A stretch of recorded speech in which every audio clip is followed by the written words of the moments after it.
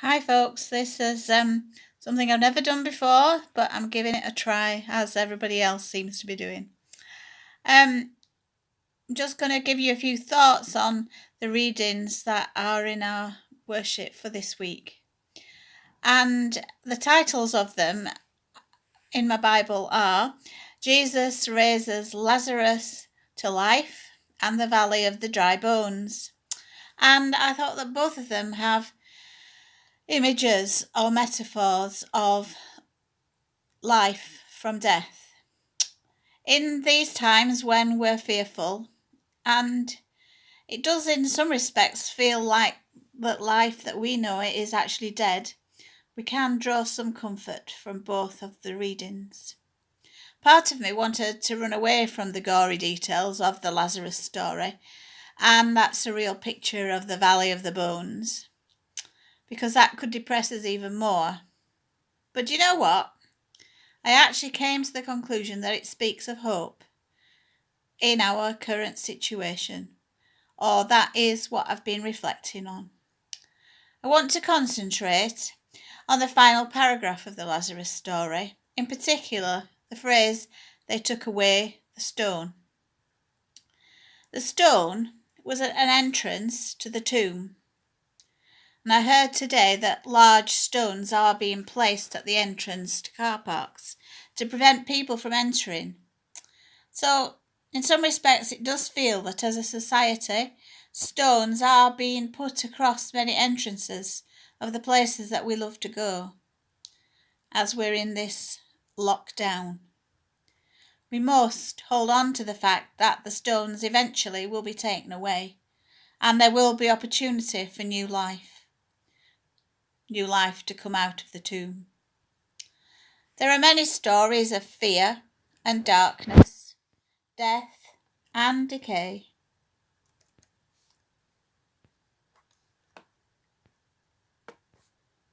And I'm sorry, I'm just scrolling down to the next bit.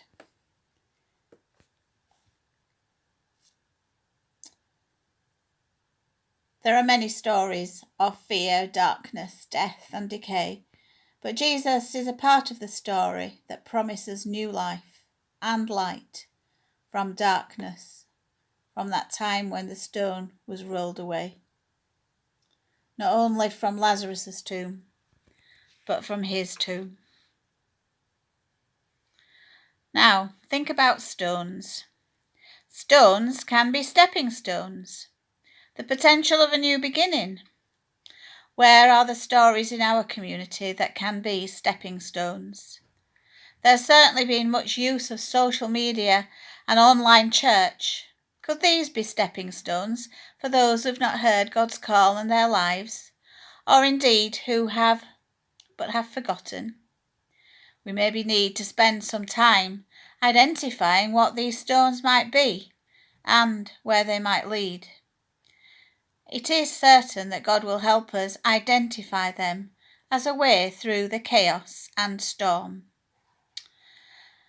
There were, in John's account, many witnesses to the stone being rolled away. What a responsibility and a challenge we as church are presented with as we prepare for the stones and barriers to be rolled away. Could the church in this wilderness experience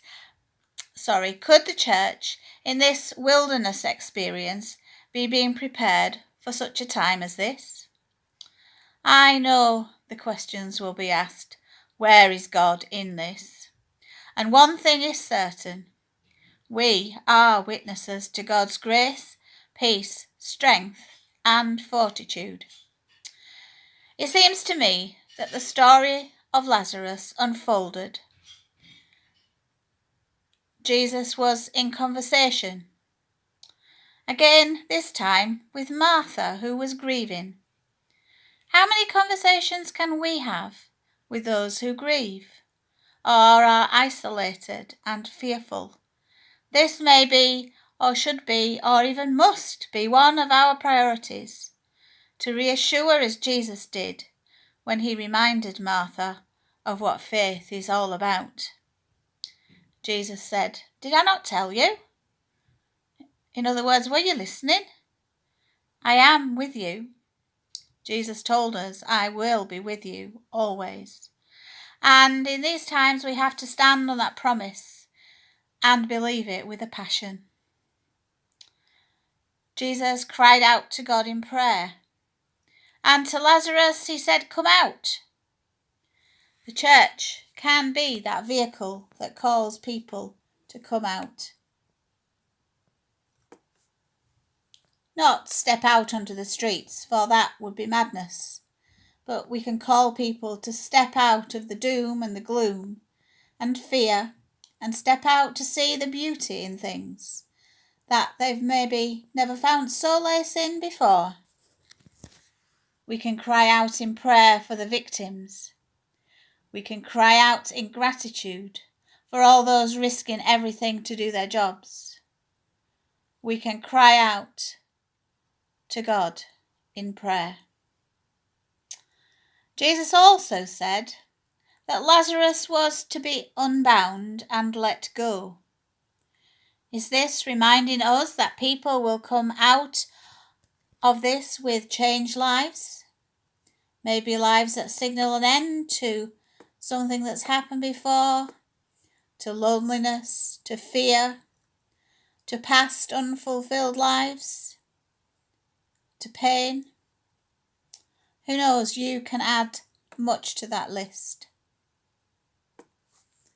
But whatever we do, we must cry out as the stones of the Temple of Jerusalem did for this to be reality. May we act upon this belief that the tragedy of the moment will lead to triumph, and that God can use the opportunity to bring new life. We can use the opportunities to bring new life, to see things in different ways, and to understand God's bigger, wider purpose for each one of us. There are already many signs as communities are pulling together. Our Old Testament reading from Ezekiel had us standing in a valley of dry bones. Not a very pleasant experience. Surreal, ethereal, it was otherworldly. And this does seem to be where we're standing at the moment. In the words of the text, we're given another promise, a significant promise. And that promise is that God will cause breath to enter us and we will live. It actually says, I will cause breath to enter you and you will live. I think we need to hear those words, for they're prophetic words, and it's no coincidence that they are the chosen words for the lectionary for this week. This is the hope that we all need, the opportunity to revive the church, the whole house of Israel, who will once again know and to trust God, and through all of this current crisis, be reawakened to new faith and life.